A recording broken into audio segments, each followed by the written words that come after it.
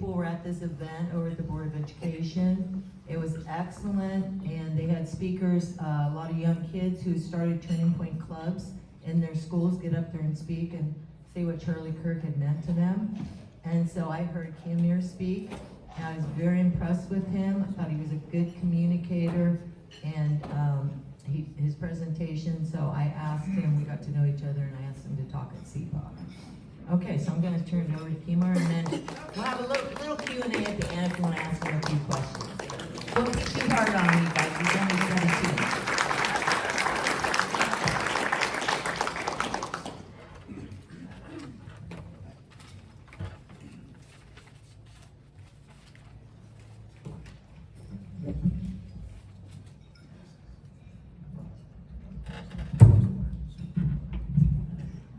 Don't worry, you can ask any question you want. Thank you for having me. My name is Kiamehr Aval. I'm 17 years old, and I'm the Turning Point USA chapter president at Woodbridge High School.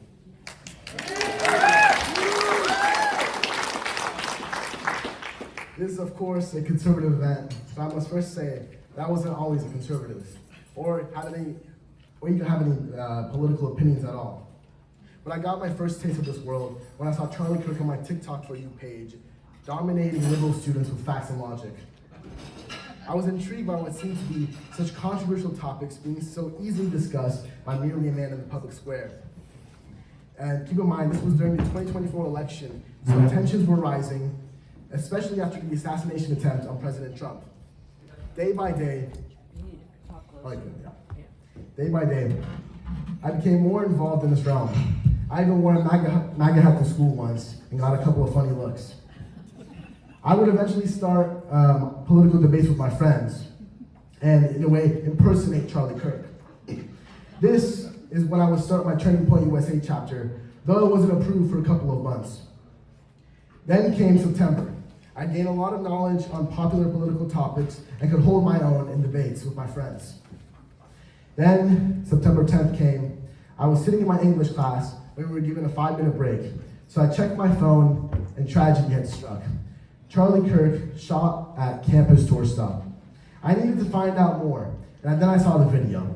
After that, I had to spend the next 40 minutes in class waiting for the opportunity to see if he had survived. Knowing that and all my friends had texted me because they knew I was a major fan of his, of course. And then throughout the class, I just held out hope despite the video, because it was a very tragic video, and praying to our Lord Jesus Christ to save Charlie from this evil. And I finally got out of class and saw Charlie Kirk dead at 31. I still had another class to attend, but instead I immediately left and went home. And I viewed it all as meaningless to be in class after one of my greatest role models is shot and killed. That day changed me. I no longer cared for what anyone had to say about my political opinions. No longer would I censor myself in front of a blue-haired crowd. From that day on, I chose to speak bold truth, no matter whose feelings were hurt because of it. And this, of course, in a time like now, is dangerous. Over the last few months, the left has made it very clear that they want us dead. They showed this recently with the Annunciation Catholic Church shooting, where a trans-identifying male shot and killed 2 children, ages 8 and 10, while also injuring another 17, mostly children. You may think this is an oddball nut job committing despicable acts like this. But this is one of many examples of a trans-identifying individual, which, to be clear, the transgender ideology is a left-wing ideology, ensuing violence upon Christians and conservatives. Another clear example is the now Virginia Democrat Attorney General-elect, Jay Jones. In a message chain between him and Republican delegate Kerry Coyner, he fantasized about his Republican opponents dying before him so he could piss on their graves. Then he compared the then Republican House Speaker Todd Gilbert to Hitler and Pol Pot, saying that if he had 2 bullets between the 3 of them, Todd Gilbert would receive both bullets. Messages also showed that he hoped Gilbert's children would die, later mentioning specifically that they would die in their mother's arms, saying only when people feel pain personally do they move on policy. And to top it off, he said that Gilbert and his wife are breeding little fascists. Now these messages came out during election season, before he was elected Attorney General, the highest police officer in the state. Despite this, he did not lose a single Democrat endorsement. But the clearest example would be the martyrdom of Charlie Kirk being minimized, excused, justified, and in some cases, celebrated. This was not only from the chronically online, sexually deviant left, but from all levels of Democrats: friends, family, teachers, doctors, restaurant workers, mainstream media, and in some nuanced ways, elected officials. Not to mention the polls that found a quarter of people who consider themselves very liberal saying that political violence can be justified. As humans, we tend to imitate what we see. When there is a rise in political violence and aggression in public life, the stigma around it softens, especially for the impressionable minds that the high school and college students tend to have. During my first Turning Point USA club drive, a short female student came up to me and told me her neck hurts. Once she walked away, I realized she was referencing Charlie Kirk's assassination, as he was shot in the neck. Who is to blame for this kind of behavior? Obviously, the first to blame is the student herself, as she has free will and is accountable for her own actions. Though there are outside influences also to blame. Our job is to have those outside influences lead these children to what is good, true, and beautiful. First, parents, you have an obligation to your children to teach them about objective morality, that there is a universal standard for right and wrong. I've heard too many students my age say otherwise, that morality is relative and objective standard does not exist. Nazi Germany is what happens with that belief. Next is our teachers. Your job is to educate. The word educate originated from Latin, meaning to lead forth. You cannot be neutral in the classroom. Neutrality does not exist. Your job is to not give these kids all these kind of different ideas and hope that they pick the right ones for themselves. You ought to actually lead them to the ones that are true. Because over the last 5 decades, the left has completely taken over the education system. All the way from kindergarten to college graduation, the woke mind virus has been implemented into the public school curriculum, especially in a state like ours. The California Health Education Framework encourages discussing gender identity and expression in kindergarten through 3rd grade, noting that some kindergartners identify as transgender. I grew up in California public schools, and what I remember is the focus of my U.S. history class being on slavery and how evil our country's founding is. I remember being fed that we must protect the poor, tattooed, illegal alien MS-13 gang members from the big orange man. We as conservatives must take back education from the left. That's one of the main objectives of Turning Point USA, to teach the youth the truth that the left does not want them to know. In the first meeting of my chapter, which was only a few weeks ago, we got to talk a little bit about every controversial issue, from abortion to mass deportations, to Trump's economy, capitalism versus socialism, and more. Though there wasn't enough time to go into depth on these topics, I plan to dedicate my meetings to educate, to teach, educate, and have dialogue regarding them, as well as hosting dedicated debates for students to prepare in depth for these topics and then clash out and see which ideas last. That's exactly what Charlie Kirk did on those college campuses. The students had been only fed one narrative their whole lives, and Charlie came to challenge them on what they believed, to figure out what they believed and why they believed it. And that's what I hope to do with my Turning Point USA chapter. Why was Charlie Kirk so special? Why was he as big as he was? And specifically, what about him made me admire him so much? Well, first, his target audience was the youth, but specifically young men. In our hyper-feminized, feelings-based culture, he was a voice that told young men like me to stop being lazy, stop feeding into the desires of the flesh like an animal, grow up, be a leader, get a wife, have kids, and look for the good in life instead of complaining about everything. He told this message boldly without reservation, which is what I really admired about him. And remember, they didn't kill him because of what he said. They killed him because he was effective. Gen Z men may be the most conservative population we have today. They certainly have the highest church attendance, and for years past, this was not the case. I believe unequivocally that Charlie played a major role in this shift, and I hope to influence and continue this trend forward. The practical step for us all here to ensure that this does lead forward is to make sure that we do lead forth our generation and inspire the younger generations, as I mentioned before, with what we are being taught. Though we currently have too many people going to college, I myself have decided that going to college would be an absolute waste of my time and potential. And I think it's terrible that the middle-class families, I'm I'm not going to college. I think it's terrible that middle-class families put such pressure on their youth to go to college, especially in areas like Orange County. I could give you all the statistics to back up my decision, like that 40% of kids who go to college don't even graduate, or more than half of college students who do graduate get a job that doesn't require a college degree. That's not saying that going to college in itself is to get a job. It has been the place to grow and develop the soul. But the problem is that colleges don't do that anymore. As I mentioned earlier, they are infested with false ideologies that have the opposite effect on the soul. That's not to say that no one should go to college. We most importantly do need lawyers, doctors, engineers, etc. And even psychology, philosophy, or theology majors. But the problem is that too many people are going specifically for the humanities and are being indoctrinated. We need more blue-collar workers, more entrepreneurs, more risk takers, and we need to destigmatize not going to college, as it is currently seen as being a failure. That's not to say that I, or anyone who skips out on college, should stop learning. I'll use myself as an example. I cannot be bothered to sit in a classroom and pay attention to something I don't care about and will never use. So instead, I read economics books, like by Milton Friedman and Thomas Sowell. I read political and cultural books by Charlie Kirk and Michael Knowles. I take the free Hillsdale College courses, which, by the way, if you do go to college, Hillsdale College would be the best one to go to.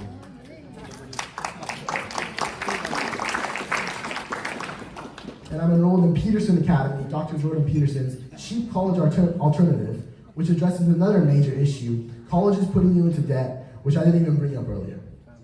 This is all to say that learning can still be easily done outside of college education, and maybe even done much better in comparison. My high school does have a lot of Christians and conservatives. I noticed an uptick in Christian clubs and attendance from people I didn't even know were Christian. As for students in my school, and more broadly throughout Orange County, who aren't conservative, which, believe me, there are many, they still seem to have some sort of interest in Christianity. This connects back throughout my whole speech. Everything I've said today will not be important if you aren't grounded in the fundamental truth of Jesus. I wasn't always Christian. Actually, around this time last year, I decided to give up my life to the Lord. And over the 1 year that I've been a Christian, I realized that nothing we did, nothing Charlie did, nothing any politician does to try to save the future of Western civilization would be possible without God, who moves the hearts.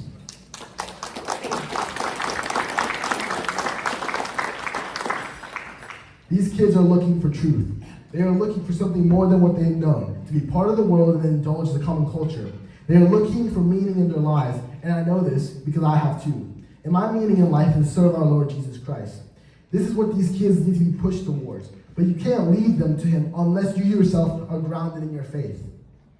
It is easy to be idle in your walk with God, but we must remember the severity of the situation we are in. In the book of Revelation, Jesus tells us that if we are lukewarm in our walk, He will spit us out of His mouth. So start praying ceaselessly, pick up the dusty Bible on the shelf, and go to church. We absolutely have to put God first in our lives and have hope for the world to come so that we may lead our current world to the truth. Finally, if you wish to help our mission to influence young minds towards conservatism and truth, donations to Turning Point chapters or Turning Point USA itself would be greatly appreciated. Most importantly, teach the younger generation the truth both inside and outside the home, and encourage them to join their local Turning Point USA chapter. Thank you.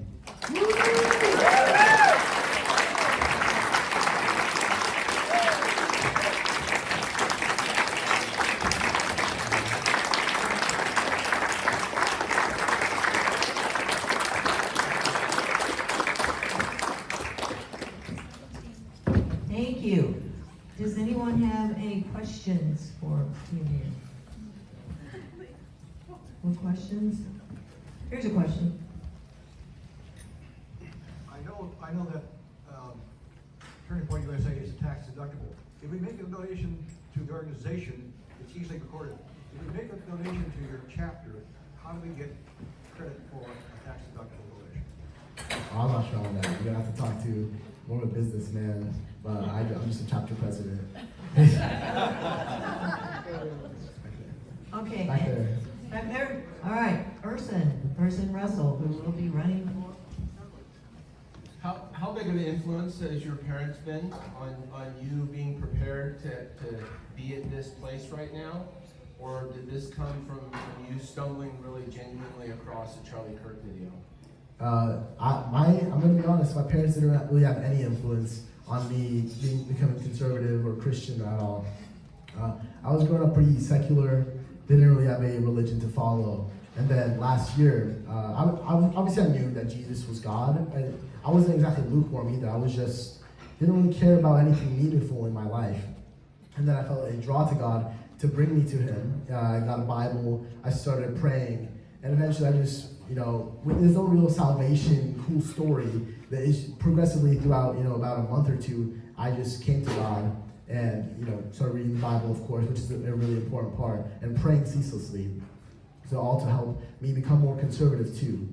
And it can go both ways into how you get someone to become a Christian. You can either, or conservative in general, you can start with them becoming more conservative and then they become Christian because of their values, or they start with Christianity and they become more conservative. So it can go both ways, but usually for me it was that I became conservative first and then became a Christian. Amen, brother. Amen.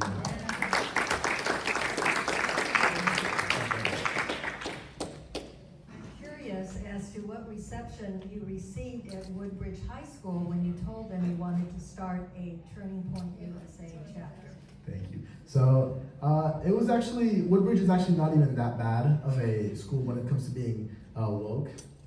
So they were pretty good. The problem was just that I applied late, because I started my chapter late in the year, so they didn't have any notice. But they're actually very helpful when it comes to hosting some events. I just asked today the commissioner, and she's willing to let me have, at least we're trying to figure out if I can have a Prove Me Wrong debate at lunchtime. So students can come up to the mic or just come up to the stand and we can debate these kind of controversial ideas. And just generally in my club, we do hold a lot of debates and everything, trying to teach them what is good, true, and beautiful.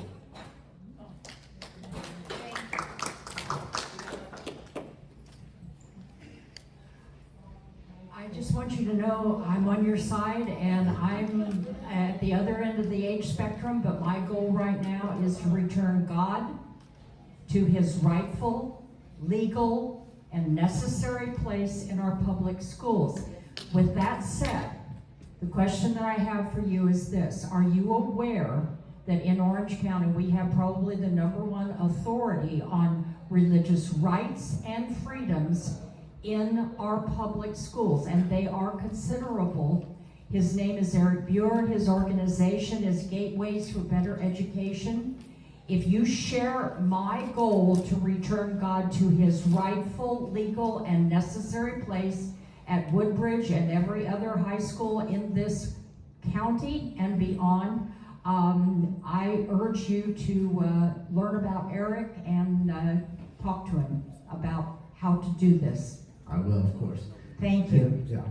So we do know that this country is a Christian country. John Adams famously wrote that the Constitution was only written for a moral and religious people, and that it is wholly inadequate for the government of any other. So this is a Christian country. 55 out of 56 of the founders and signers of the Constitution were Bible-believing, church-attending Christians.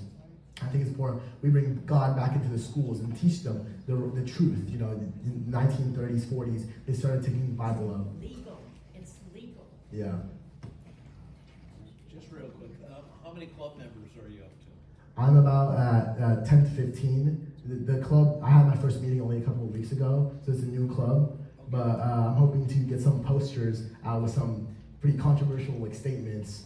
Most triggering one I can find, and I hope to draw them in with that. Yeah. Is there a question over? One more question. Who? Oh, you can go ahead, Pat. Go ahead, Beth.